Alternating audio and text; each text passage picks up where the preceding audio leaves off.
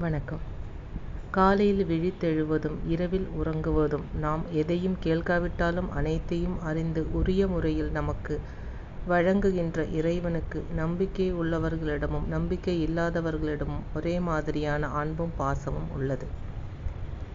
இறைவனை வணங்கினாலும் நிந்தித்தாலும் அவருடைய சிறப்பு அருளிலோ அல்லது அருள் குறைவிலோ எந்த மாற்றமும் ஏற்படுவதில்லை என்பதே இதன் சாரம்.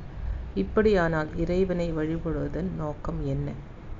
மனிதர்கள் பூமியில் பிறப்பதற்கு காரணம் இறைவனே என்ற கருத்தின் அடிப்படையில் இறைவனை படைப்பாளர் என்று அழைக்கிறோம். அனைத்து படைப்புகளும் இறைவனின் லீலை என்று கருதினாலும் படைப்பாளருக்கு படைப்பின் மீது இருக்கும் உயர்ந்த உறவை போலவே படைப்புக்கும் படைப்பாளரிடமும் பிரிக்க முடியாத மரியாதை இருக்க வேண்டும்.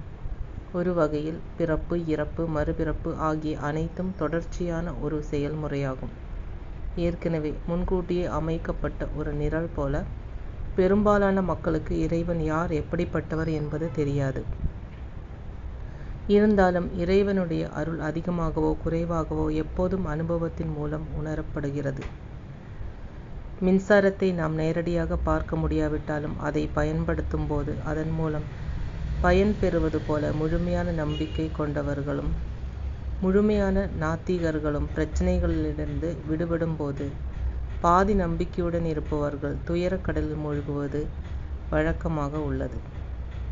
இந்துக்களில் பெரும்பாலானவர்கள் முழுமையான நம்பிக்கை இல்லாமல் பாதி நம்பிக்கையுடன் இருப்பதனால்தான் இவ்வளவு பிரச்சனைகளிலும் துன்பங்களிலும் சிக்கி தவிக்கிறார்கள்.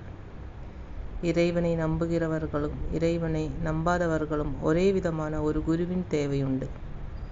இறைவனை நம்புகிறவர் இறைவனை நெருங்குவதற்கும் இறைவனை நம்பாதவர்கள் இறைவனிடமிருந்து விலகி நின்றபடியே மனித குலத்திற்கு சேவை செய்வதற்கும் ஒரு சிறந்த குரு வழிகாட்டியாக இருக்க வேண்டும். இக்கால சந்நியாசிகளும் சந்நியாசினிகளும் பகவான் குருபாபாவை தவிர இறைவனை நம்பாதவர்களை தங்களிடமிருந்து விலக்கி வைக்கும் நிலையில் பண்டைய இந்திய ஆச்சாரியர்கள் இரு தரப்பினரையும் சமமாக மரியாதையுடன் ஏற்றுக்கொண்டார்கள் என்பதை நினைவில் கொள்ள வேண்டும்.